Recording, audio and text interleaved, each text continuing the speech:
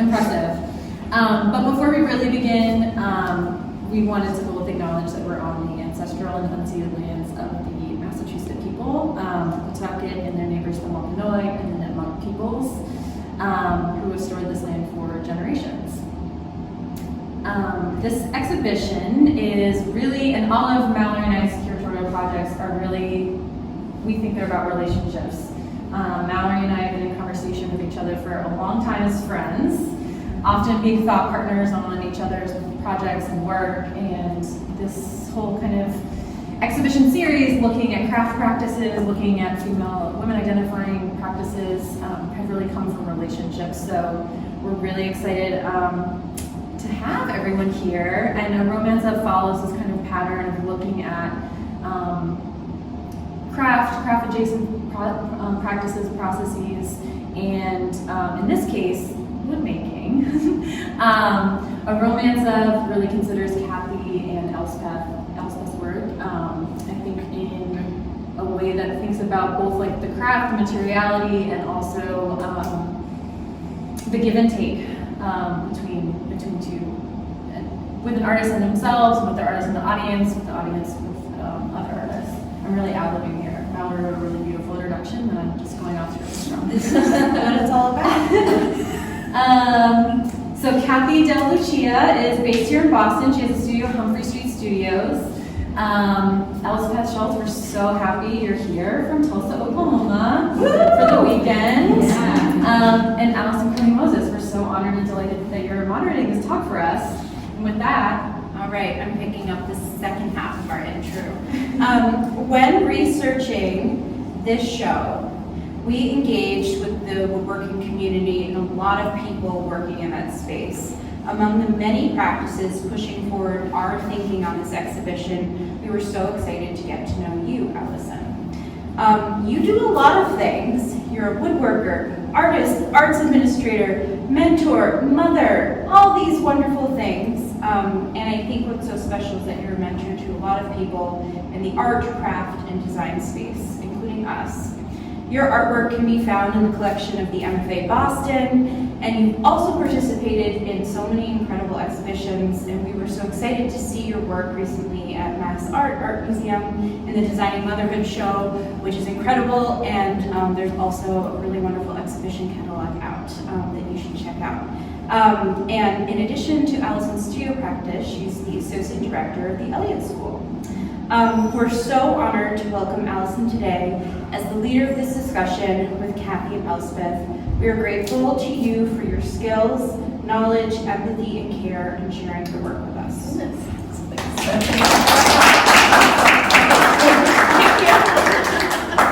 Thank you. Wow, I was not expecting that, y'all. Well, thank you for having me. They were planning the show and reached out, and I had a studio visit with Leah. And I have to say, I was like, I don't have time to do a studio visit. I got like 5 things going on. Remember, it was like back and forth. I was like, yeah, let's do this. And I'm so glad that I did. I feel like the conversation, first of all, I got a different insight into the thinking around the exhibit and the artists that we're going to be showing. And it was really exciting. I was like, too bad I don't have work ready for the show, right? And so I, reached out and thought, like, any way that I can be, supporting and participate, I would love to, because the thought of having women woodworkers come together in this thoughtful way around looking at these forms and function and life, all in this exhibit, it was moving. And so I am just really grateful that I was invited to moderate. So thank you all for being here, and thank you to Elspeth and Cathy for participating. And I'm going to dive right in. So this is supposed to be a conversation amongst us all. And I have to say, coming into the exhibit, I'm struck by the colors, the shapes. There's like soft forms and hard edges, and it's really kind of bringing together a lot of different textures and images, and calling back to a lot of things that I relate to in my own practice. So I just wanted to open it up and say, like, what got you excited about participating in the exhibit? So what about the material, about the objects that you make, that you're really excited about that are showing up here? Can you just bring us into a little bit of that? I guess first I'd like to say how exciting it is to see this work together. That's something that I think we feel really grateful to the curators for putting us. Cathy and I didn't know one another before this, and so seeing when your work is paired with another person's work, that feels like there's a real kinship, and a kind of magic happens between the two. This weekend has been the first time that I've been in this space and seen the work together, and it's so interesting because the work is so distinct. It doesn't feel that they are the same in any way, but there's so much crossover, and there's a real conversation that's happening between the forms and the colors and the materiality and the process, that it just feels like a really rich marriage of work, which I'm really grateful for. I agree. I agree completely with that.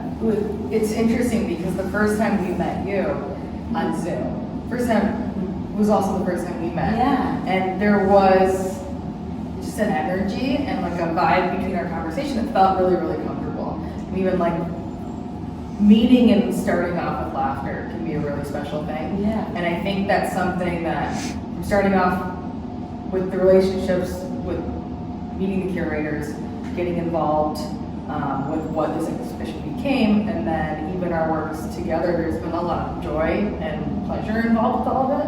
And I think that it's so rare to be able to pair pleasure with labor and diligence and late nights and sacrifice. They don't always get to go together. And I feel like that's something that really feels celebrated through all of us, the install to emails and text groups, and even just when we were getting off track on our Zoom meeting, laughing and talking about deeply personal things, and then bringing it back to the work. Yeah. And something that was striking in the beginning of the conversation, I'm always thinking about labels, right? I just got introduced, and there's a long list of identity markers, maybe.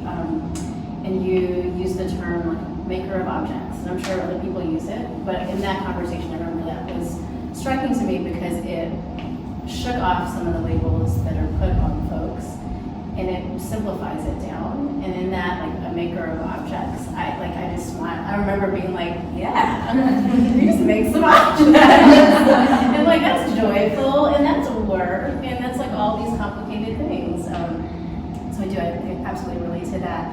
And I want to take a moment and think about the process that you all got to do this, right?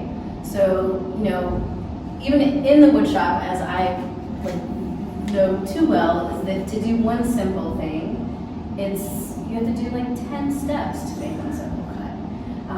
And a lot of people don't understand that unless they're trained as a woodworker or happen to learn on their own, where it is a long process. And I'm now teaching at Mass Art for the first time, and I'm teaching 18-year-olds, 19-year-olds, and it's a scary process for some, really anxiety-inducing, big scary machines at times. And I feel I have to tell my students all the time, it's okay, let's lean into that, let's talk about that, let's embrace it. It's also recognize that this thing is not designed for me. A 5'1", just add that one in there. A tall woman. It's not designed for me, right? So that's something that I've experienced and feel it internally. And it's a journey to get there. And so I just want to open it up to hear, Cathy, from you first, of what was your journey to get to this practice, and what does your practice look like today? I can relate so much to being in a space or working with woodworking and tools and not really feeling something's made for you. And I would say what brought me here was just knowing that I wasn't good enough at what I wanted to be doing. That I had these ideas that couldn't be manifested, and it felt like so many excuses along the way. Part of it was, I think that you're constantly beating yourself up and then giving yourself some grace, and I gave myself some grace to figure it out, but also telling myself I had to suck it up and figure it out.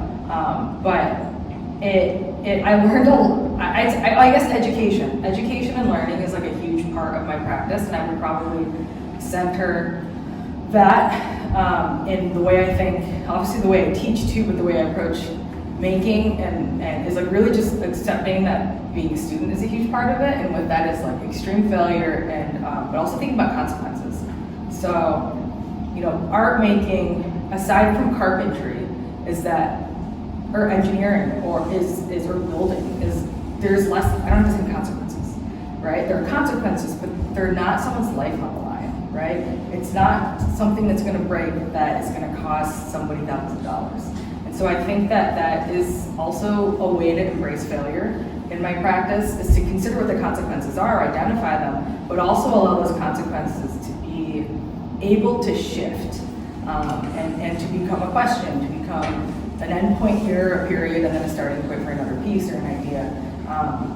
So I would say that, you know, learning and then physical labor, I think a lot about athletics and the body and sex in my work, and I think that the physical labor that's attached to kind of more traditional forms of woodworking, chiseling, and even just building of jigs and carrying wood and breathing in dust, it's caught in your throat, it's in your eyeballs, and like all of these elements that have to do with coaxing something into form, and then that thing also like destroying your body at the same time. I mean, I've like sliced my finger off, and I've had really terrible injuries as well. So it really is, it's violent and beautiful. And so what does your practice look like today? Like, do you have a studio, or you go in every day? You teach, it sounds like? Yeah, so I teach 4 days a week when the semesters are on, and then I'm in the studio otherwise. I do really long periods of time, so I don't ever go in the studio for 1 or 2 hours. I pretty much like do full days, and I don't eat, and I just make as much as I can, and then I stop until like I can't see anymore, and I drive home. You know, it's just that wasn't a good comparison, but something that's like it's like a full level of exhaustion, and then I'll take big periods of time off, right? I am not, you know, I rest extremely hard. But I would say that it's really an all on or an all off type of thing, but I'm lucky because I don't have a lot of other responsibilities, and I have a partner that is really supportive of me being all on in something and not needing my attention that whole time. But I have a studio by myself, I don't have an assistant, so I think that a lot of the way that I work to and plan is something that has to be accepting of me working on my own, lifting or prepping or cleaning in a way that is just solo. It's relatable, but also far from mine. Elspeth, can you tell us a little bit about your journey to get to this practice, and then what does that look like for you? Absolutely. I love that phrase, a maker of objects. It's something that I totally identify with. My mother is also an artist. She is a ceramicist primarily, but she also worked with wood. And so in the house that I grew up, she made our kitchen table, which was like so much a centerpiece of our space. She also made all the dishes that we ate off of that were on our table, a lot of our clothes. My dad also works with wood. He built a lot of our house. And so making was just a way of being in the world, and a way of like coming to know the world when I grew up. And that is a really valuable thing that I've taken with me. So woodworking spaces can still totally intimidate me. I'm like always nervous around a table saw, which is like a funny way to feel as someone who works with wood a lot. But I think like having a model of like a mother who worked with a process made it feel like a space that could be mine in a way. So even though those spaces can feel in some way like they may not belong, I also feel like it can be the kind of space when you get immersed into a process entirely, like those kind of days where you like forget to eat and you work until you could fall down. You forget all of that stuff, you know, so those spaces become yours whenever you enter a process or a way of making, that all of that falls away, like feeling intimidated or feeling like you have to prove yourself within a certain realm. And that is really heartening to me. And I like hope to get to the core of, you know, I think that like making gives you a footing and a space, and it makes it your own. I'm starting a workshop in the next week to teach middle and high school girls how to work in like the digital fabrication world, which is a really big part of the way that I work with wood. And it's exciting to think about like having girls that are in like 6th grade in a space and like involved in a process and able to feel like that place is theirs. So I think like the earlier we can get in those spaces, you know, the better. And so I think that's exciting for me. And then you have a residency now, so are you full-time in the studio? What does that look like? Yeah, I do. So I have been in this longer-term residency based in Tulsa, Oklahoma for the past 2 years, and I'm just starting my 3rd and final year. And it has allowed me to be a full-time studio artist, which is really incredible. So my husband Shane is also an artist, and he's in the same residency. So we have studios next to one another, and it's a pretty dreamy situation that we've gotten really used to. Like figure out what's next to continue the setup. But it's been nice. We treat it like a 9-to-5 job that sometimes like exceeds those boundaries. We have an almost 2-year-old son, and it's been helpful because his daycare schedule kind of sets our regular business hours. So we are in the studio from 9 to 5 every day, and then we've kind of been able to take turns with, you know, who has a show coming up or an opportunity coming up for who's in the studio after hours or on weekends, kind of trade off childcare and do like extra shifts. But it's been really incredible to not have to balance something like teaching or like a primary job with like studio after hours, and I'm so grateful for that specific situation that has allowed this time, which has been really fruitful. It's like a special time. Yeah, absolutely. Yeah, that's amazing to think about. Yeah. So I think it's, for me, like in this context, it's really important to talk about these things that, like you see an artist having shows and you don't get to see what happens behind the door, right? Like behind the studio door. So like, what does it actually look like and feel? And what are you balancing? So I really appreciate you all walking us through that. What that is for you. And I would say I relate so much to Elspeth when you talk about growing up with making as part of your daily life, right? Which I think most people have some relation to that.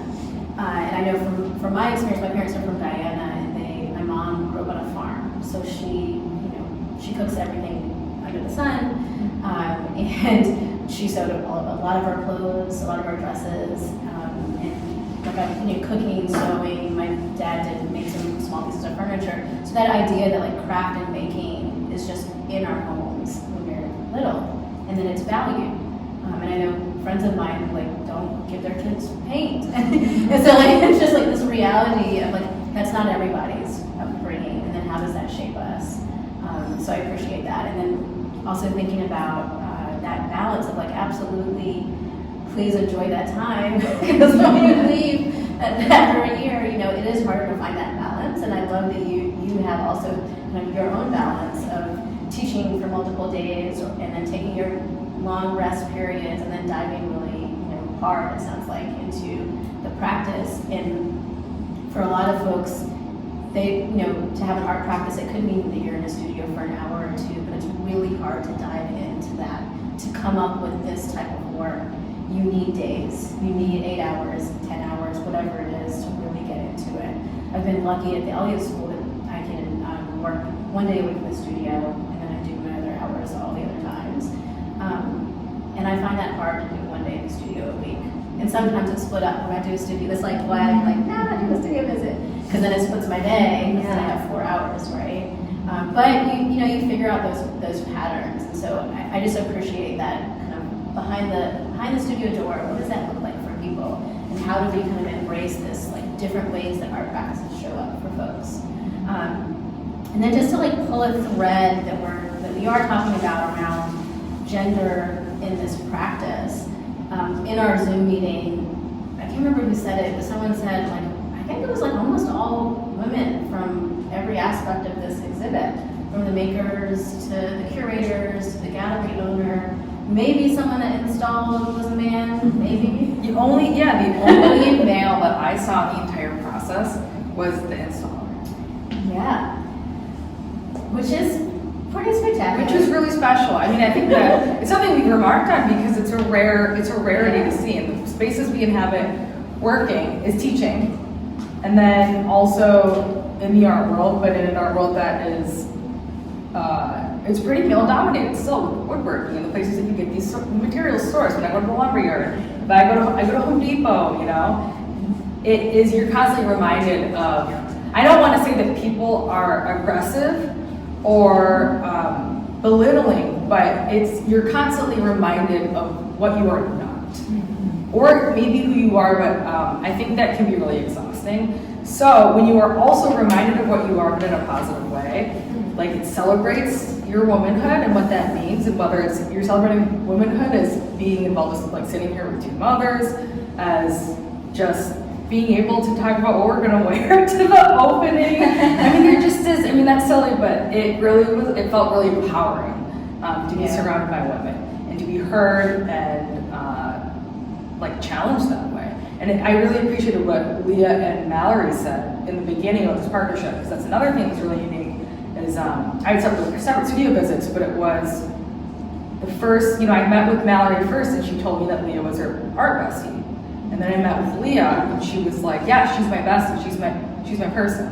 And I just think that's so special because when you see them work together, they're business partners. They're flow. They're experts at what they do.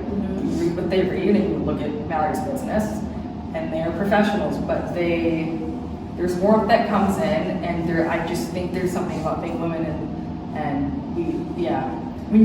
Totally. I totally agree. I feel like there's this way, I sometimes feel like when I'm in a space like a wood shop or a maker space that it can be like a proving ground where there's like this competitiveness of you having to like prove your right to be there or your ability to use the tools or the equipment.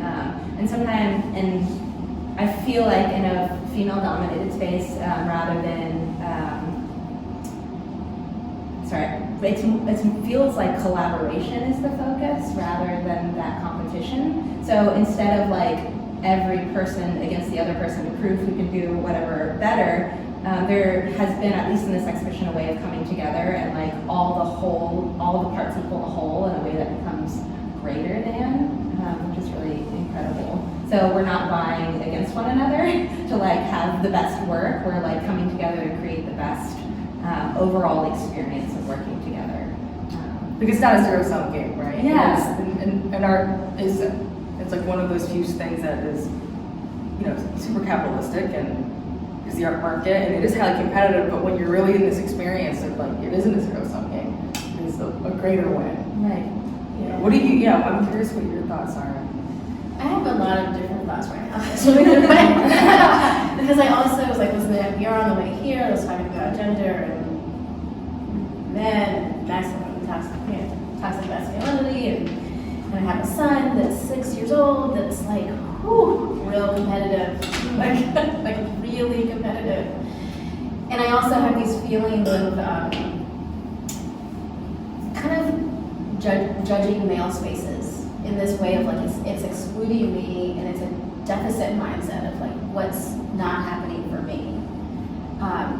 And the reason I love the way that you responded to not even a question, like it was all women kind of thing, and you like took it to the positive of like what are the benefits, how are we shaping this space, and we think that has something to do with the identity, our female identity, right? That there's a positive. It's not just about the ways that it has excluded. So there's no like answer to this other than like I'm swimming in those thoughts of also trying to raise a son to be like a really positive person in the world, which I'm gonna get emotional about in a second. Where like it's really hard because he's just competitive. Like the things that we talk about, like they're humans. They grow up in the world, and this is how they engage with it. And so how do you support that to like flourish and be a positive contribution, not to create spaces that are only about who can prove themselves to be the best, right? Because in the wood shop, I don't appreciate that space because it happens at my expense, right? Because that's my feeling of it, my experience of it. So I taught a class at the Elliott School over here, need to do another one, but it was for Black feminine identifying folks.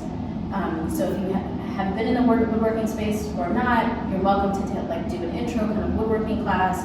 You just have to be Black, femme identifying. And this space was, you could feel it. It was a different environment of like, on the table saw people saying, nah, I'm gonna pass, I'm not gonna take this, I'm not gonna do this cut right now, and then by the end of the class, I'm gonna do it, and everyone's cheering. It's not I have to prove myself and force myself through, and I've seen the impact of that for folks that didn't feel comfortable, right? I've done that class a couple of places now, and it's a different environment. So I'm not like, I'm just like swimming in those thoughts of like, there's something, we have to cultivate the competitiveness and that kind of things that we attach to maleness. We have to cultivate that and channel it to be good, because it is good. And those people, like those little humans, are good people, right? And we have to cultivate those things that are coming from the femaleness and everything in between, or not, that doesn't exist in that binary of like, how do we do this together? So I'm just like in this muddle of like, am I parenting okay? Am my working space is okay? I'm like, this is really hard. No solution. Well, I mean, yeah, I think the competition and that this like male drive, this ego that we associate as the opposite of the binary, is really a drive for excellence, and that is something that we should foster, right? Is this drive for excellence. But on the other side, you know, what you were saying is like, if we have come from this patriarchal society and that we are, so much of the way we are is positive, it's a response to the way we grew up. It's response to what we didn't see, and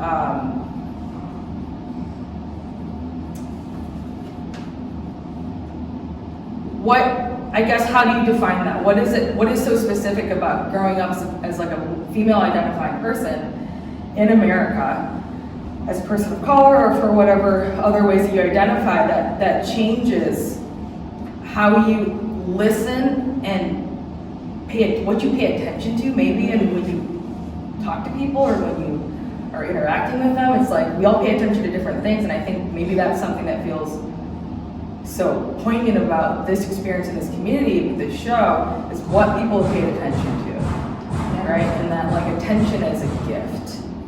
And I think that the women in my life, it's been about like about attention always. Yeah. Like what we give and take. Yeah. I like this. But excellence, community. I like this, excellence. Sometimes we, how do we foster excellence? And that can be defined in different ways, but how do we foster that? How do we foster, and then the representation too. I mean, we talked a little bit about representation, but I mean, I grew up in a white community. I was adopted, and I didn't grow up with anyone that looked like me at all. And it was really, it changed who I was completely. And so now I have an experience where I'm seeing Asian women on screen for the first time, which is really crazy, but they're starting to be around. But also I'm like an experience where I can teach other students, and they can see what women or people that look like them look like in front of a table saw, which I'm still nervous in front of my table saw too. But there is something, you know, it makes a difference to see people that look like you doing things that you want to do. Yeah. Right. I'm more nervous in front of probably a bandsaw at times. Really? Than a router. Router. Yeah, people get too comfortable and then cut themselves. Yeah. Now there's like saw stops. I don't have a saw stop in my studio, but yeah. Anyway. $4,000 later. Just drop that money. I do want to talk about, like, it's still kind of in this thread, but a little different, just the practicality of like building the pieces, installing them. And I found this interesting because I think everybody has their own way of working. So I have limited, like, make small vessel-like forms. Sometimes they're larger. I'm now thinking, like, do I need to get an assistant so I can make larger, because I actually am driven to make larger. I think you mentioned, Elspeth, about traveling to a show where everything fit into a suitcase. Yeah. It's like the reality of, you know, whether you are 5'1" or 6 feet tall, there's still limitations. So it's like, how do these things show up in your work? What are your solutions that you found? Like we talked about eyeglasses and Oh my gosh, like a bunch of different things of like the things that are not like you go to Home Depot and try to get some things that's not designed for you. So you have to like find solutions, or you have to build something differently or pack it differently. And so I just wanted to like open the space for like the logistics of making work like this. How is that? Wait, talk about your suitcase one. What was the Oh. suitcase one again? Yeah, well, actually, I think it's a show that Mallory and I went to. It was an art fair in New York in the fall, and I knew previously I had traveled with my family, with my partner and our kid, and we drove all the workouts. There was like plenty of space. The show that I had done before, and this time I was like, I have to be able to do this on my own. Like, I need to bring all the work on my own. I need to be able to move it on my own, and I need to be able to. It needs to come with me on the plane. So I like made work that was small but modular, so individual pieces fit together to like occupy a larger wall. And it was so satisfying to do that. Like, be dropped off at the airport and get one of those luggage carts, you know, and stack like 4 boxes tall and bring them up to the counter and tell them it wasn't art. It's not art. Please take it. On point. And then do it, do it again coming back. Like, show the work, have it like occupy this space in a way that it felt like some kind of like puzzle making magic, Like, I have these component parts, but they come together to make this like whole vision. And I prefer to work larger. That work was 24 inches at the largest. So it's actually really exciting to make this work, which scaled back up to a size that I'm a little bit more excited about. But it's nice to I feel like art making and maybe parenting too is always about just like problem solving. And the exciting part about is that kind of problem solving in your studio is I feel like I'm always creating problems to be solved, and that keeps me excited in the process. And you work in a way that's so modular. Yeah, I'm extremely. I mean, it's too modular, right? It's like a little obsessively modular at this point. Let's be real. Things that could be glued together that are not glued together, and it's like totally just masturbatory at this point. But yeah, it is. I mean, it's modular because a lot of it started off as practical. It's practical because of I work from excess of other people, so it's excess from other woodworkers, from carpenters, from pieces of furniture, whatever, so I'm limited on the size of the wood that I have.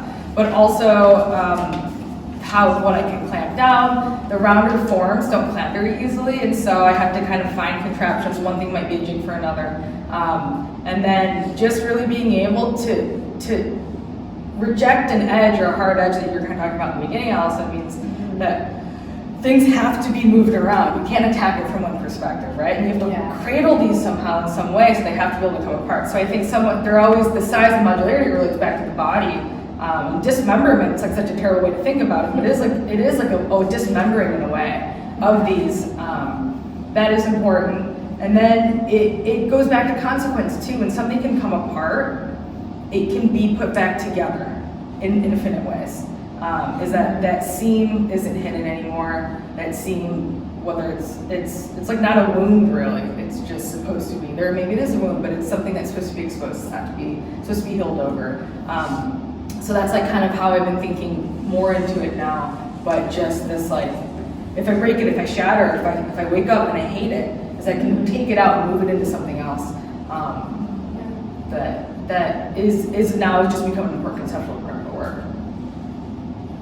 Can you talk a little bit about the combination of like the color and the softness, the paint, the different materials, just the kind of bringing together of those two different pieces and materials? Yeah, I mean, I would say it's about connections too. Just like you have physical joinery that's about connections, but you bring materials together. You're bringing together languages of working. You're thinking of materials as how responsive they are to touch and how they can remember something. And that is how I think about the materials that I choose is what can they remember, whether it is I'm never gonna chisel plywood away and hammer it with a mallet because plywood is made with sheets of wood with a lot of adhesive and they crisscross it. So it's essentially, there's no going with the grain. Whereas I'm gonna use a grinder. But the way that something like walnut is gonna remember, or poplar, responds so fast that it's going to respond way too quickly to a grinder, and something like spoke shape makes more sense. But it's also is like, what is going to take color differently, or what's going to take a fingerprint, what clay is going to take my fingerprint. So it is very much of what material is going to listen, but they always fight back too. So color is also that, is really a negotiation. I struggle with color, and I always have. And so my response to that is to airbrush it on and to remove my hand as much as I can from it, but to be able to not have to worry about nailing my color mixing first, because I can layer things on and tint things through layers rather than tinting them off. But also because I'm working on things that aren't white, they're not sure, you know, the shifts in yellow at turbo lighting, there's always, you know, the wood is aging and changing colors as it goes, it gets wet. So I can really respond to it in front of me that way. Yeah. I relate to that, and I do a lot of that lamination and shaping of other pieces, and just that idea of like what material is going to listen, or how is it going to listen. And I talk about it like this push and pull in the material, especially in bending, where you're bending it. Is it going to break? What's the limit? How can I get close to it without finding out that that's the limit? And then like if you don't find out, could I have pushed it over? Like, did I really learn? Could I have made that Yeah, curve? You know, like, Yes. So that kind of relationship, and a lot of folks who don't work in wood as a material don't realize that it feels like it's living. Like you cut something, you remove a piece of it, and it moves. It's like, wait, where did that go? You know, you release moisture out of it. On the bandsaw, you cut through a big chunk, and it can bind or split apart. So it is very much feels like it's living when you're, even like you see it here, I'm sure in our places right now, they're very dry. All the tables and everything out of wood are shrinking as much as they can because that much moisture is coming out. And then when it absorbs more, it'll, you know, expand back out. So there's that push and pull. Elspeth, can you share a little bit about the color choice and kind of the relationship between the hard and soft that is in your work? Yeah, absolutely. With this work and the recent work I've been making, I've really been using kind of geometric architectural forms as framework, and then more organic plant-based forms as like the figure relationship. And like Cathy, I'm really drawn to combining various materials. So I love working with wood, but I feel like when you bring in these other processes of like using ceramics or plaster or fabric in some way, you're like increasing the vocabulary, and it becomes like richer and more interesting because the conversation is bigger. And I'm so excited by process, and I can like see in your work that you are too, that it just keeps me interested, because I'm trying one thing and then it makes me think, oh, next time I really want to see like this color next to this surface, or I want to try like how would this material act when it like engaged with another material. And I'm really excited, like I'm interested in flatness in my work, so I've been trying with this work to make work that reads as very graphic from far away, maybe in photographs, but that as you come closer to it, there's something more to it that's pulling you in. So maybe it just reads as like a color plane, but as you get nearer, you realize like, oh, it's not all just painted wood. Like I think that might be plaster that's tinted with mason stain, or that looks like a torn edge of fabric with color on top. I think of that as like materials masquerading as one another, so they all are like speaking the same language, but as you get closer, you realize that they are each their own, which is exciting to me. Your color, so how sure are you before you get those relationships? Are you using, where are they coming from? Do you use like paper? Yeah. Using digital? Digital stuff doesn't work for me. I feel like it doesn't communicate It's like color. close too much. Yeah, it doesn't. It's funny because my partner, who's also an artist, is always saying like, well, mock it up in Photoshop so you can decide what color. And I'm like, it doesn't work that way. Like I can try, but it doesn't tell me what I need to know. So I have. I've been using this paint with all of these called Flash, which is like a vinyl paint. It's really pigmented. It's really matte. And so I have like color swatches on like chunks of plywood, like 2-inch like color swatches of plywood. So I like hold them next to one another and like find, and I go back and forth. So I mean, sometimes I like know exactly what's going to work together, but sometimes I'm like trying to decide up to the last minute, like no, this one. And sometimes I this piece I like painted 4 different times. It's always like the last piece that I'm making for a show. Everything else is done, and then like it's the last one, and I like keep changing and like redoing it, and it's like midnight, and I'm so tired, and I'm like, tonight's the last night, you know? And I'm like, that color, that green is not working. Like it's just not working, you know? So yeah, it's a little bit. You can plan somewhat, but then at some point you Totally. What about you? I mean, they go through a million color changes. Yeah? Yeah. I mean, this one like went through a last minute. Very process. Very last minute. It's very different. But yeah, I changed the color a lot. But yeah, I probably should do more planning like you. I mean, kind of color swatch. Color swatches are kind of fun. You feel like you're like, yeah, there's something satisfying about it. I mean, your work uses a lot of like oiled wood and letting the wood. I feel like the grain itself. Interior. The blue. Where's that? Yeah, so I use milk paint as the color. I don't know, I haven't figured out my color game yet. I know I went through a phase in school and college where like things were looking real crazy with color. I was like, nah, this is not cool. So I went just to like, wooden forms, no color, putting some sort of finish on it, like oils or garnishes. And now I do, for the pod forms, it's cedar. I'm gonna change that material at some point, but it has been cedar, which is sanded to like really high grit, and it's super soft and like silky looking. And then on the inside, it's milk paint that has like multiple layers and it's sanded. So if you get it really sanded well, the roughness of the material disappears, and you get this kind of glossy look. Yeah. And then sometimes it, like, if I don't have time, they're gonna be a little rougher. So I just go to the hardware stores, or I was at Haystack and they have all these different colored milk paints, and I was just like, I'm gonna take all of them, and I need to do some color swatches because I really am just like, I'll do this one. That was good. Put it on. And then I'm like, I don't know if I like that. I dump some other powder in it. I'm like, yes. Yeah. So it's not, there's no real science to that. It's just me, like with a paintbrush. So one of the things when you emailed about Cathy's talk in the studio, and you were thinking about shrines and like the devotion and sacred spaces that we have in life, and so we talked about shrines and like the arches that kind of mimic some of this or relate to some of this. So I wanted to spend a little bit of time of talking about this idea of like devotion in sacred spaces or sacred concepts in the work. Who wants to jump into that? I guess I'll start. I mean, the pieces back there are more literal on the walls of the relationship to shrines because it's in the name. All of them were, I was thinking about shrines as a memorial plaque, kind of these like small porcelain objects, shelves, and tabletops, like placeholders for objects souvenirs, trinkets, and tchotchkes that could hold moments that were deeper. Yeah. But not necessarily having to be in a religious sense, but surrounding ideas of loss and memory and carrying things with you, but not being able to carry it on you.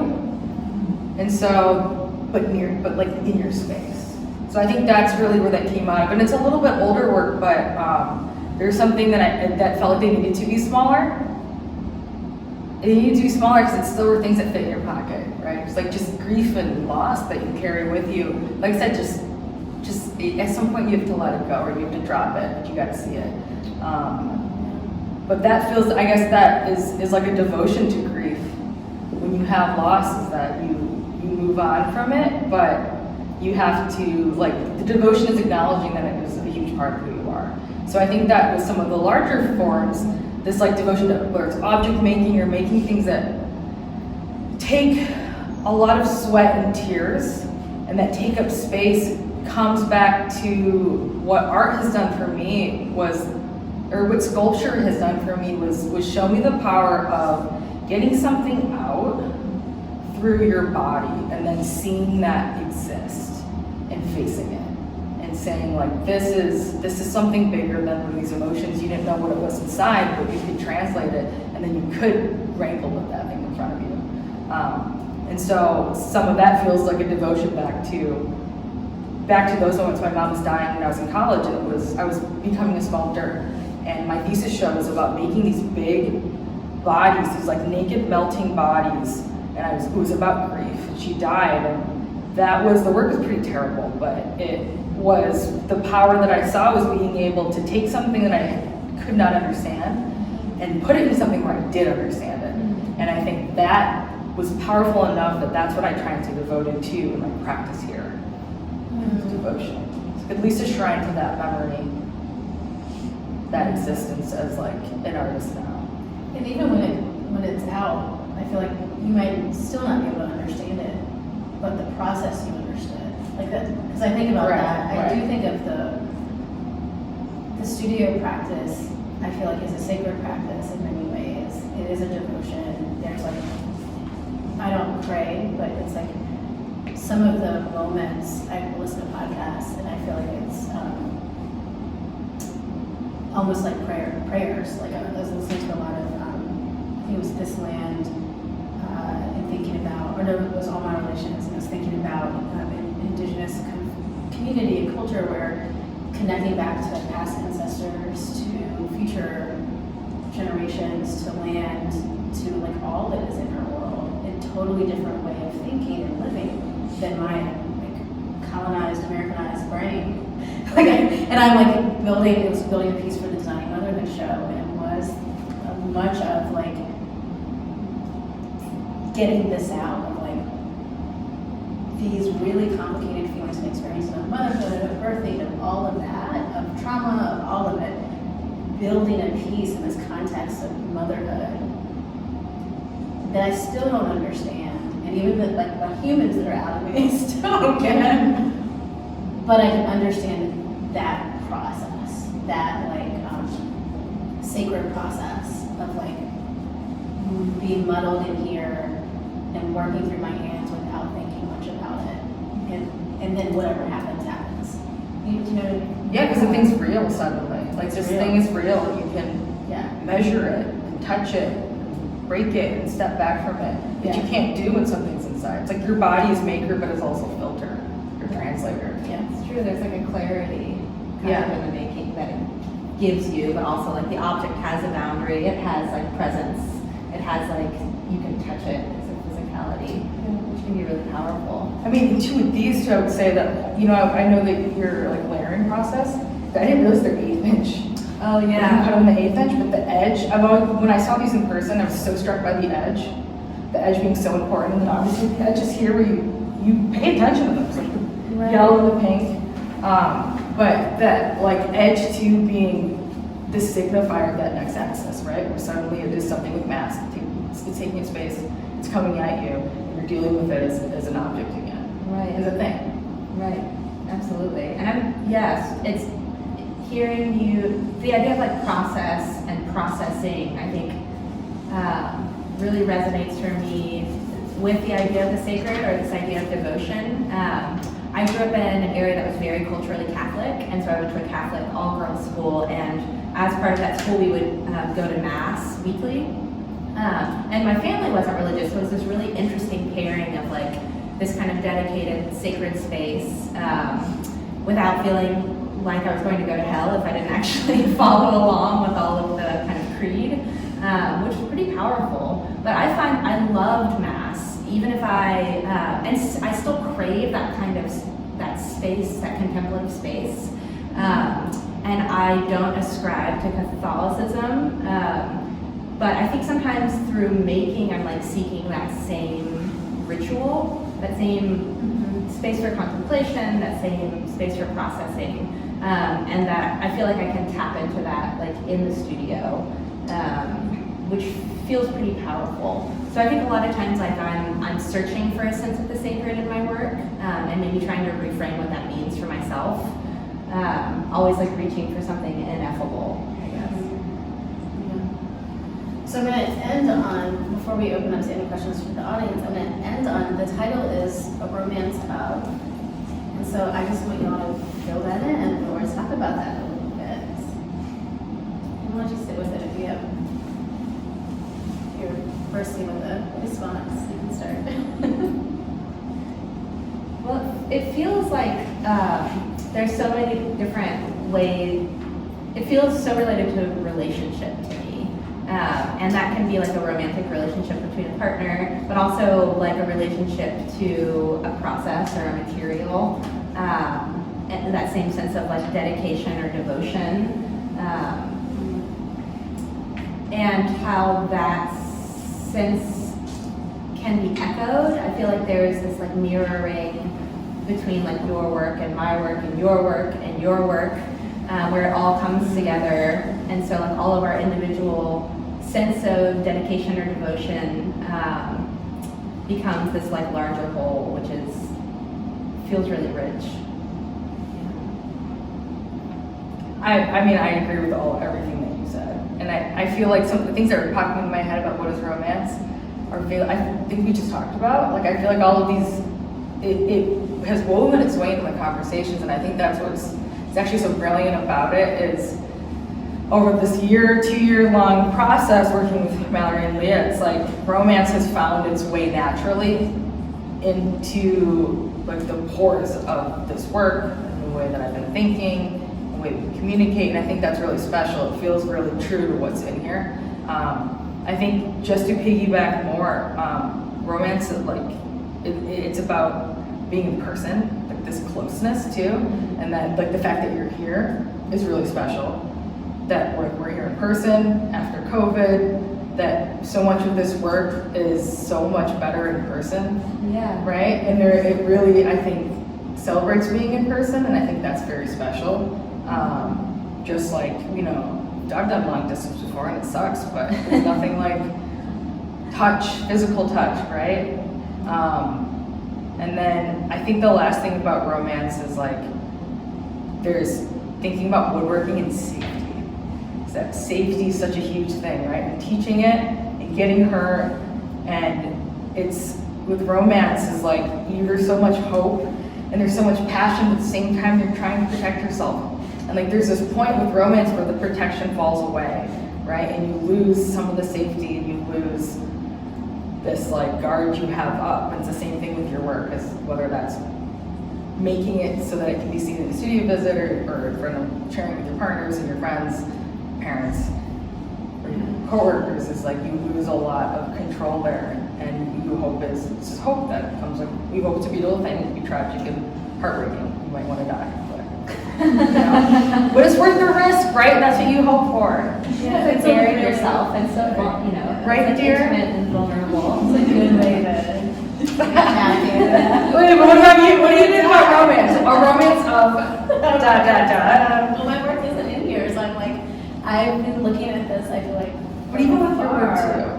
But I relate to what you just said around, you have your, like, there's so much around safety and protection. And then you have to let that go some to really like lean into the romance, or to be vulnerable with people, with the material, with the process. So I relate to that. And I think the pieces, for me, the pieces that I make, and I see some of that in this work, and I would like, I hang out with my own work more than anybody else's, so that can really speak really to mine, but that I want people to like, want to fall into it. I want them to hold on to it. I want them to want it, and they do. They're like, can I sneak a touch? Because they already did it, For right? example, at NAMM, Nassau Art Museum, I went there to see, like, bring my mom, and my daughter was there with me, and I was like, no, you can't touch the work. And everybody who like looks at my work, and like curators and whoever, and I'm always like, well, can you let them touch it? Like, can we figure out a way to touch it? And I was like, no, you can't. They told me here you can't touch the work, Audrey. I know you've seen it at home, but you can't touch it. And she just stood on the edge, and she would like just jump on her toes and was touching and touching and touching. I was like, she leaned in. She just like dove into this experience, and that's what you want, right? Like, I think as artists, we also want that, and curators, I'm imagining that that's part of it, like wanting people to really like lean into the experience of the art, of being in a space that's like celebrating and uplifting this love, this romance. So, on that note, thank you both. Thank you. And are there questions for the artist? Or for anyone, like, really, just ask each other questions. Yes. This is a sort of like that was like incredible, and I cried like several times. This is a very brass tacks, practical question. You kind of kicked off the conversation, Alison, mentioning something about, you were using table saws that are not meant for your 5'1" frame. Yeah. Is there a movement in the woodworking community to create tools that are sighted and made for different bodies? Sure, there is one somewhere. Yeah. That's a great question. That's a good question. I think, business idea. well, so I was talking to somebody about this. I think there's a couple of things. Like, I'm sure there's some initiative somewhere happening. I think there's also like the reality of most places employ men to do this work, Yeah. right? And so they are catering to the majority, and so the things are designed for them. It's like most, cars and tractors are designed for right-handed folks, not left-handed. Yeah. Right? And so to do that, the expense of like redesigning all the equipment that makes the equipment is like enormous. I'm sure there's movements. I think they'd be, I hope, because it would be a lot safer. Like, I remember at RISD having a big piece of lumber in front of one of the table saws to stand on in order for my frame, and there's someone shorter than me in the class, to be able to reach past the saw blade. And so I think, let's do that, right? Because that would be obviously safer. I think the other thing is I was talking about table saw stops. Saw stops are safe, and they're I don't remember the saw blade size, but it's not huge.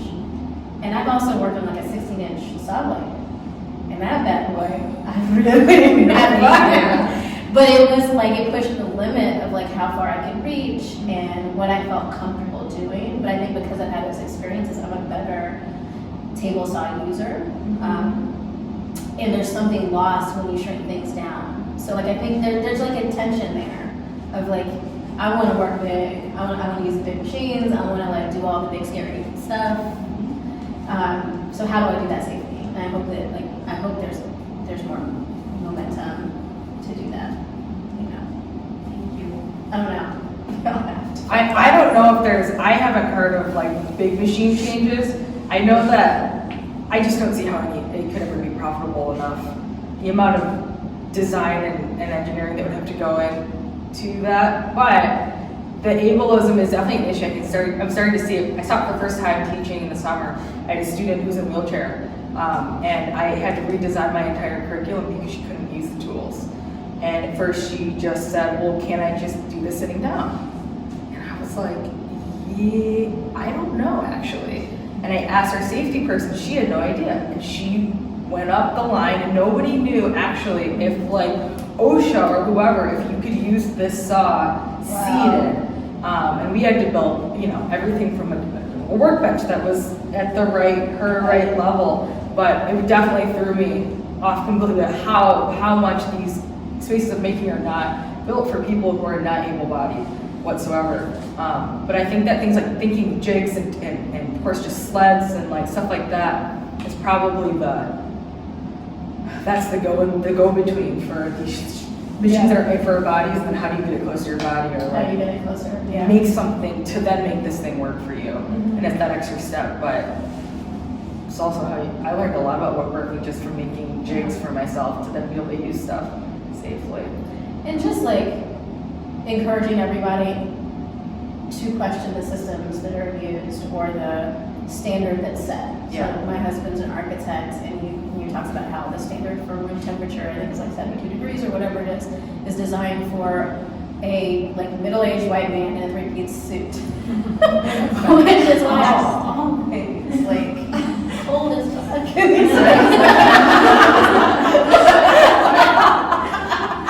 Not designed for my brown mind in that space.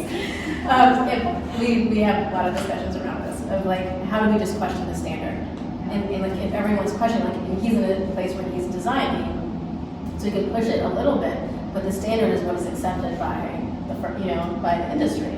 So that's like, this is a challenge that we're in. So we just gotta keep like asking the questions. I think schools are the key to it, because most of the spaces I've been in, there's a lot of women now in those spaces, and so they have to put pressure on whoever they're ordering their stuff, and there's enough folks put pressure, and maybe things will change. Yeah. Ordering things. Side note, I'm not to beat that question, but we had, when I first started working at one of these schools, we had a large population of Chinese and Korean exchange students. So I'm talking 75% of my students were Asian students, and all the eyeglasses in the wood shop were ones that were made for people with regular nose bridges and low cheekbones, so like more not Asian faces. And so all my students, these things are like, they be down here or they wouldn't wear them. And then I went to put one on, and I was like, oh my God, this is why they don't work. So I just went to the studio person and said, you can't have these glasses, order these. And she did. She ordered them, they arrived in 2 days, and then the students started wearing the safety glasses. But it's like the littlest thing sometimes, and it's just because they didn't know, because the only people that had ever taught sculpture were white, and didn't realize that like Asian faces, Brendan, we have to get our glasses and sunglasses from certain companies that are made for Asian people. But it's like, if you have people in these positions, it will open up and make you realize that things don't work for everyone. Yeah. Amen. Any other questions? I just want to say thank you all so much. That was just such an amazing conversation. And I want to just also thank all of our partners who helped us be here, like thinking about your husband, partner Elspeth, Brendan's friend who's here, your partner husband, mine, who's also at home taking care of the house. So I don't know, I just want to raise that up too. I really appreciate this whole, this was such a full, rich, I feel like we could have had a symposium, long conversation on some of the topics raised up here. So thank you all so much for being so generous with your time.